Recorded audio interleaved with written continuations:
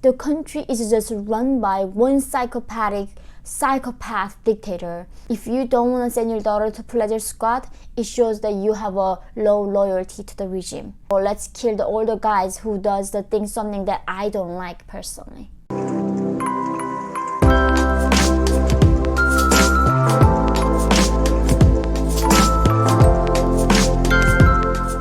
Hi guys, welcome to my channel. My name is Yeonmi Park and I'm a nursing defector human rights activist. So guys, today's video is going to blow your mind. So please stay till the end of this video. I'm going to talk about a topic that nobody actually expected to hear from North Korea. It is about plastic surgery in North Korea. And also why in 2018, Kim Jong-Un, why he executed 2 top North Korean plastic surgeons in Pyongyang. This story is so unbelievable even to me as a North Korean. I really think it's going to help you to understand the nature of power and how corrupt the society became inside that hermit kingdom. So this is a story is really shocking. You would not imagine that plastic surgery is something that people would do in a country where they're dealing like malnutrition, right? People are so starving. But we still need to remember that North Korea is a kingdom. There are people who are ruling classes, and there are people who are like in the peasant class, and which is most of the majority of population. There's a top 1% of people in Pyongyang who have the most power, that given by the party, and they using their power, abusing the power, and gather their own personal wealth by doing so many horrible things. And using that money, they wants to be like living like South Koreans. And one of the luxury items they have is a plastic surgery. So those technology is not as like developed in South Korea or America. You know, they don't have those like body shapes or I don't know, like really high advanced technology plastic surgery. So far, the only things they can do is 2 types of surgery. One is eyelids. So Koreans are very known to have the single eyes, right? That's like the biggest stereotypes of Asians. But North Korea figured it out how to make the double eyelids. And second type of surgery is nose surgery. And in the countryside, they say for doing one eye surgery, it costs something $5. And doing in Pyongyang is $30. Doing your eye plastic surgery. It sounds not that much for us, right? We can not even buy one bowl of like salad for $5 in a lot of times. But in North Korea, a medical doctor's salary is $1 per month. So for North Korean standards, $5 is very expensive. And in Pyongyang, it's $30. How many months do you actually have to save? And then for nose, it's $150. That's astronomical number for North Korean people. For average North Koreans, not gonna even save $150 in their lifetime, because and on average they say middle upper class North Koreans for 4 people family, they only have something $2 in entire month. That's how they live off.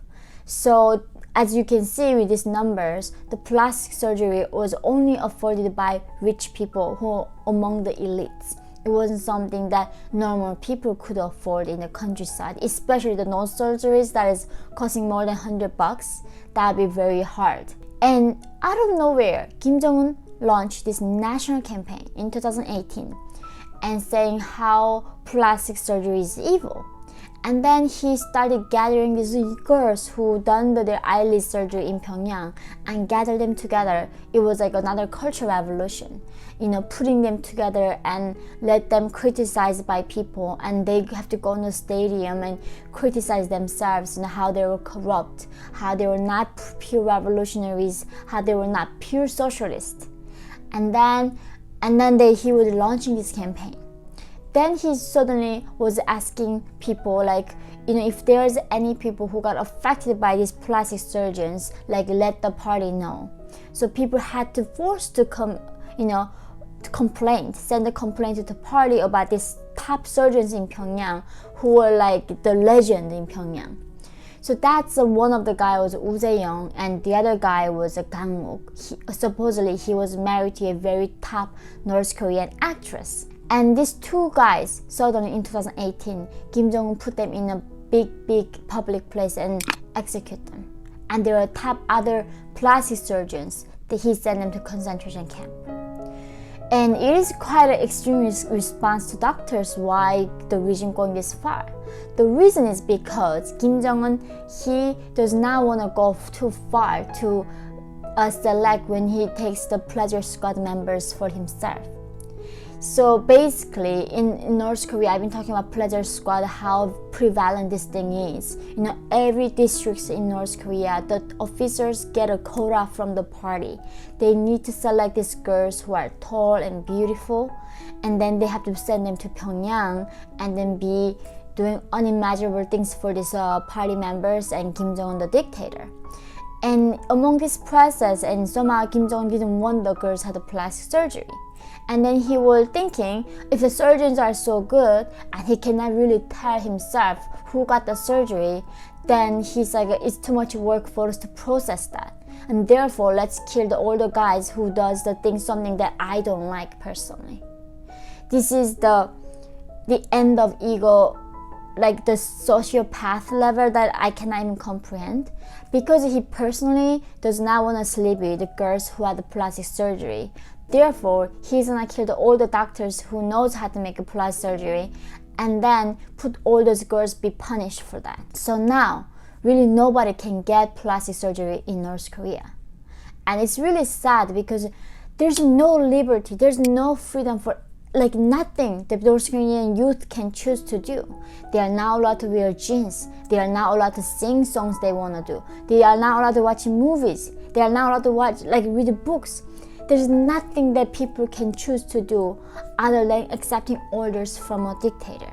And another thing that's so breaking heart for me is that these officers who get the power to choose which girls they want to submit to the party in the Pyongyang as a pleasure squad, how they're abusing their power. So I told her how about for the commoners, it's an honor, because if you send your daughter to this pleasure squad, usually it's 10 years and you are never gonna get to see your daughter. However, what that guarantees is that your daughter is going to be fed for 10 years time. They're not gonna die from starvation. And for North Korean people, that is the biggest opportunity and privilege that you are not gonna die from starvation. So for the commoners, it is a huge opportunity and huge fortune if their daughter is guaranteed that they are not going to die from starvation. And that incentive makes the common peasant parents wanting them to send their daughter to go become a pleasure squad members, even though they are not gonna see their daughter all their lifetime. Because these girls, when they go as 16, 17 years old to Pyongyang, they get this training. They go separate these 4 different groups, become a satisfactory. That is something they have to do in bed. And the dancing group, singing group, masseuse group, right? And then they're gonna see so much corruption in there. So when they join, they have to sign this non-disclosure agreement.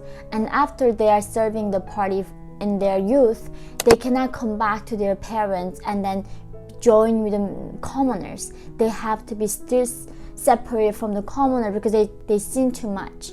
The North Korean regime cannot afford to let them go being in the society. So in a way, their life is forever ruined. However, that 10 years of not dying from starvation is a big incentive. But then for the elites, they don't want to send their daughters to become a pleasure squad and be a slave. And therefore, the elites are also bribed not to send their daughter. And this gives opportunity for these officers who have authority to pick these girls. So they get a bribery from the people who's willing to send their daughter away. And they ask, okay, if you want your daughter to go away to Pyongyang and be a pleasure squad member, give us money. And then for the elites, it's like, oh, if you don't want to send your daughter, because they're going to usually say, if you don't want to send your daughter to pleasure squad, it shows that you have a low loyalty to the regime. Therefore, I'm going to report on you and be punishing you. So elites are also afraid of that. And because of that, both sides, who wants to send or not wants to send, they all have to bribe. And a lot of times, they also accept and harass these girls.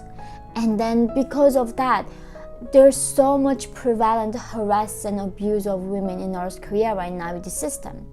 And also this is the reason why Kim Jong-un kills his plastic surgeons, and because he just wants for himself, he wants to fulfill his own ego, and because he can, he just does whatever thing he wants to do.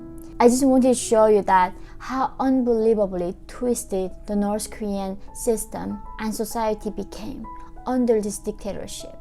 There's no common sense, there's no rule of law, there's no human rights, there's nothing. The country is just run by one psychopath dictator, and he decides the rules, and then the 25 million people have to follow that rule. Doesn't matter how ridiculous that rule is, it is the game that everybody have to play to survive. So I really hope that this video helped you understand the corruption in North Korean society, but not only that, how precious the rights that we have in these free countries. So thank you guys as always for watching my channel and supporting me. Please join my Patreon and get the book for holiday gift. And I hope to see you in the next video. Love you guys.